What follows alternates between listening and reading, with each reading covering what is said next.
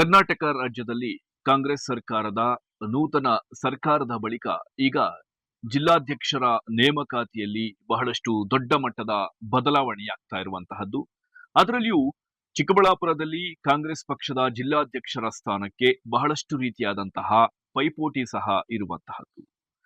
ಈ ಬಾರಿ ಚಿಕ್ಕಬಳ್ಳಾಪುರ ಜಿಲ್ಲಾಧ್ಯಕ್ಷರ ಪೈಪೋಟಿಗೆ ಯಾರ್ಯಾರು ಇಡ್ತಾರೆ, ಬಹಳಷ್ಟು ರೀತಿಯಾದಂತಹ ಚರ್ಚೆ ನಡೀತಾ ಇರುವಂತಹದ್ದು.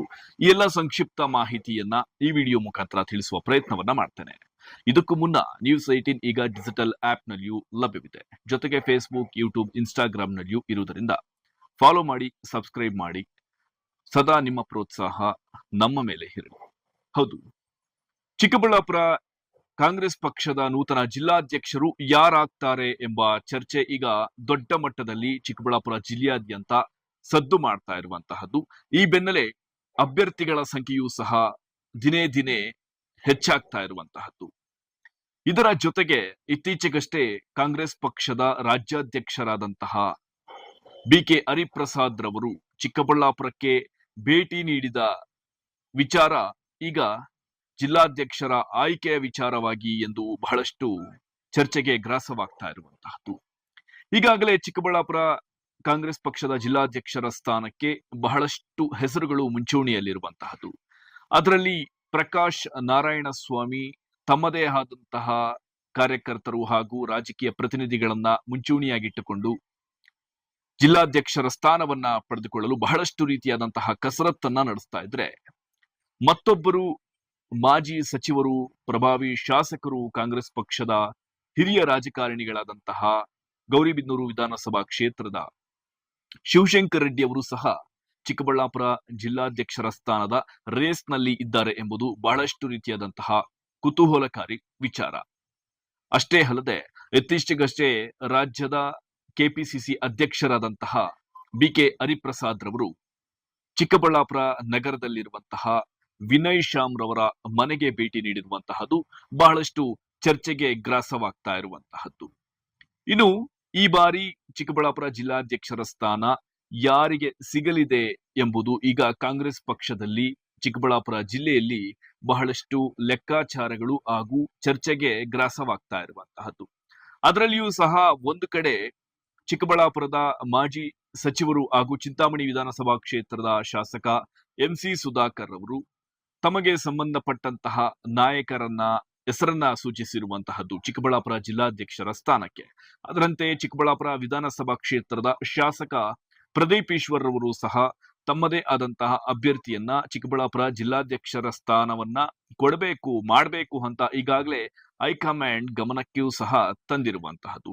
ಇದರ ಜೊತೆಗೆ ಮಾಜಿ ಸಚಿವರಾದಂತಹ ಶಿವಶಂಕರ್ ರೆಡ್ಡಿ ಅವರು, ಕಾಂಗ್ರೆಸ್ ಪಕ್ಷದ ಮುಖಂಡ, ಕೆಪಿಸಿಸಿ ಸದಸ್ಯರೂ ಆದಂತಹ ವಿನಯ್ ಶ್ಯಾಮ್ ರವರಿಗೂ ಸಹ ಈ ಬಾರಿ ಕೆಪಿಸಿಸಿ ಜಿಲ್ಲಾಧ್ಯಕ್ಷರ ಸ್ಥಾನ ಸಿಗಲಿದೆ ಎಂಬುದು ಬಹಳಷ್ಟು ಚರ್ಚೆಗಳಿಗೆ ಗ್ರಾಸವಾಗ್ತಾ ಇದ್ರೆ, ಮತ್ತೊಂದು ಕಡೆ ಈ ಜಿಲ್ಲಾಧ್ಯಕ್ಷರ ಸ್ಥಾನ ಯಾರ ಪಾಲಾಗಲಿದೆ ಎಂಬುದಂತದ್ದು ಇಲ್ಲಿ ಚರ್ಚೆಗೆ ಗ್ರಾಸವಾಗ್ತಾ ಇರುವಂತಹದ್ದು. ಪ್ರಯತ್ನ ಏನಿಲ್ಲ. ನಾನು ಮುಂಚೆನೂ ಹೇಳ್ದಂಗೆ ನಾನು ಯಾರನ್ನೂ ಕೇಳಕ್ಕೆ ಹೋಗಲ್ಲ. ಅವಕಾಶ ಬಂದರೆ ಅದನ್ನು ನಿಭಾಯಿಸೋ ಶಕ್ತಿ ನಮಗೆ ದೇವರು ಕೊಟ್ಟಿದ್ದಾನೆ, ಎಲ್ಲ ರೀತಿಯೂ ಬುದ್ಧಿನೂ ಕೊಟ್ಟಿದ್ದಾನೆ. ಸೊ ಅದನ್ನು ನಿಭಾಯಿಸೋ ರೀತಿಯಲ್ಲಿ ನಡ್ಕೊಳಕ್ಕೆ ನಮ್ಮ ಜೊತೆಯಲ್ಲಿ ಎಲ್ಲರೂ ಚಿಕ್ಕಬಳ್ಳಾಪುರ ಜನತೆ ಆಗಲಿ ಹಿತೈಷಿಗಳಾಗಲಿ ನಿಂತಿದ್ದಾರೆ. ಸದ್ಯಕ್ಕೆ ಆ ವಿಚಾರವಾಗಿ ನಾವೇನು ಚರ್ಚೆ ಇಲ್ಲ. ಬಟ್ ಎಲ್ಲರೂ ಒತ್ತಾಯ ಇದೆ, ನೀವು ಒಂದು ಪ್ರಯತ್ನ ಮಾಡಬೇಕು, ನೀವು ಆಗಬೇಕು ಅನ್ನೋ ಒಂದು ನಿಟ್ಟಿನಲ್ಲಿ ಹೇಳ್ತಾರೆ. ಬಟ್ ಅದನ್ನು ದೊಡ್ಡವ್ರ ಹತ್ರನೂ ಮಾತಾಡಿ ಆಮೇಲೆ ಮುಂದುವರ್ಸೋಣ ಅನ್ನೋ ಒಂದು ಉದ್ದೇಶದಿಂದ ಇವತ್ತವರೆಗೂ ಅದ್ರ ಬಗ್ಗೆ ಚರ್ಚೆ ಮಾಡಿಲ್ಲ. ಸರ್, ಪಕ್ಷದ ನಿಷ್ಠಾವಂತ ಕಾರ್ಯಕರ್ತರಾಗಿ ಹೇಳಕ್ಕೆ ಇಷ್ಟಪಡ್ತೀವಿ. ಡೆವಲಪ್ಮೆಂಟ್ ರೀತಿಯಲ್ಲಿ ಎಲ್ಲ ಕಡೆ ಒಂದೇ ರೀತಿ ಇದೆ, ನಮ್ಮ ಚಿಕ್ಕಬಳ್ಳಾಪುರ ಅಂತ ಹೇಳಕ್ಕೆ ಬರಲ್ಲ. ಬಟ್ ಏನು ನಡೀತಾ ಇದೆ ಅಂತ ಜನರು ಹೇಳ್ತಾ ಇದ್ದಾರೆ. ನಾನು ಸದ್ಯಕ್ಕೆ ಅಷ್ಟು ಆ ಮಟ್ಟಕ್ಕೆ ನನಗೆ ಕಂಡು ಬಂದಿಲ್ಲ. ಬಟ್ ಆಗ್ಬೋದು ಅನ್ನೋ ಒಂದು ಇದರಲ್ಲಿ ಇದ್ದೀವಿ, ನಾವು ಎಕ್ಸ್ಪೆಕ್ಟೇಷನಲ್ಲಿ ಇದ್ದೀವಿ. ನೋಡೋಣ ಮುಂದೆ ಏನಾಗ್ತದೆ. ಅಲ್ಲ, ಸೊ ನೀವೇನು ಹೇಳಕ್ಕೆ ಇಷ್ಟಪಡ್ತೀರಿ?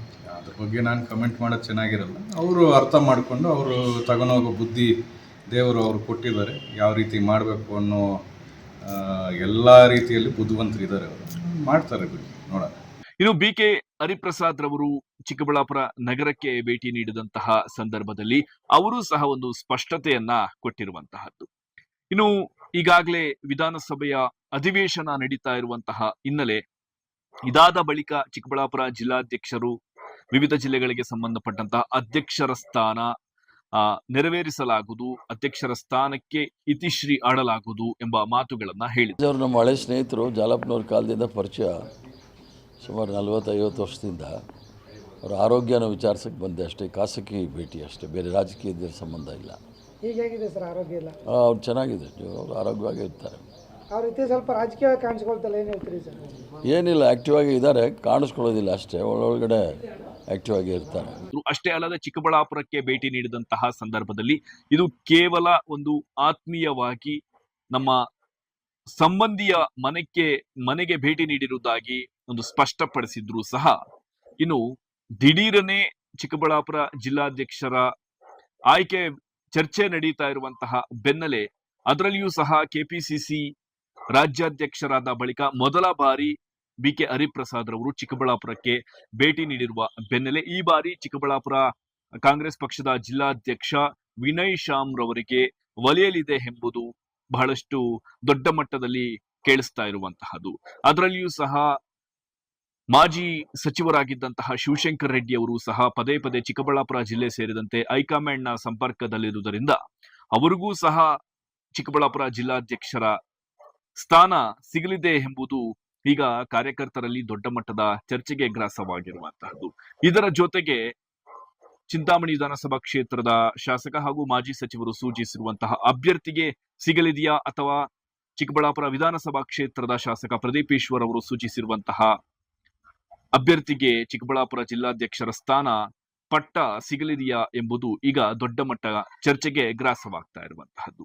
ಏನೇ ಇರಲಿ, ಚಿಕ್ಕಬಳ್ಳಾಪುರ ಜಿಲ್ಲಾಧ್ಯಕ್ಷರ ಸ್ಥಾನಕ್ಕೆ ದಿನ ಕಳೆದಂತೆ ಒಬ್ಬೊಬ್ಬರ ಹೆಸರುಗಳು ಮುಂಚೂಣಿಯಲ್ಲಿ ಬರ್ತಾ ಇರುವಂತಹ ಹಿನ್ನೆಲೆ, ಯಾರಾಗ್ತಾರೆ ಚಿಕ್ಕಬಳ್ಳಾಪುರ ಜಿಲ್ಲಾಧ್ಯಕ್ಷರು, ಕಾಂಗ್ರೆಸ್ ಪಕ್ಷದ ಜಿಲ್ಲಾಧ್ಯಕ್ಷರು ಎಂಬ ಚರ್ಚೆ ಈಗ ಬಹಳಷ್ಟು ಜೋರಾಗಿ ಕೇಳಿ ಬರ್ತಾ ಇರುವಂತಹದ್ದು. ಈ ಬೆನ್ನಲ್ಲೇ ಕಾಂಗ್ರೆಸ್ ಪಕ್ಷದ ಹೈಕಮಾಂಡ್ ಯಾವ ರೀತಿಯ ನಿರ್ಧಾರವನ್ನ ಕೈಗೊಳ್ಳುತ್ತೆ, ಯಾರಿಗೆ ಚಿಕ್ಕಬಳ್ಳಾಪುರ ಜಿಲ್ಲಾಧ್ಯಕ್ಷರ ಸ್ಥಾನದ ಪಟ್ಟ ಸಿಗಲಿದೆ ಎಂಬುದು ಈಗ ದೊಡ್ಡ ಮಟ್ಟದಲ್ಲಿಯೂ ಹಾಗೂ ಪ್ರಶ್ನೆಯಾಗಿಯೇ ಉಳಿದಿರುವಂತಹದ್ದು. ಇದೇ ಇವತ್ತಿನ ನ್ಯೂಸ್ 18 ಡಿಜಿಟಲ್ ಕಂಟೆಂಟ್ ನ ವಿಶೇಷ. ನಾನು ದತ್ತಾತ್ರೇಯ, ಚಿಕ್ಕಬಳ್ಳಾಪುರ ಪ್ರತಿನಿಧಿ. ನಿರ್ಭೀತ, ನಿಷ್ಪಕ್ಷಪಾತ, ವಿಶ್ವಾಸಾರ್ಹ ಸುದ್ದಿಗಳಿಗೆ ಮತ್ತೊಂದು ಹೆಸರಾಗಿರುವಂತ ನ್ಯೂಸ್ 18 ಕನ್ನಡ ಈಗ ಆಪ್ನಲ್ಲೂ ಲಭ್ಯವಿದೆ. ದಯವಿಟ್ಟು ಇಲ್ಲಿರುವಂತ QR ಕೋಡ್ ಸ್ಕ್ಯಾನ್ ಮಾಡಿಕೊಂಡು ಆಪ್ ಡೌನ್ಲೋಡ್ ಮಾಡೋದಕ್ಕೆ ಮರಿಬೇಡಿ. ನಿಮ್ಮ ಬೆಂಬಲ ಹೀಗೆ ಸದಾ ನಮ್ಮೊಂದಿಗಿರಲಿ. ಧನ್ಯವಾದ.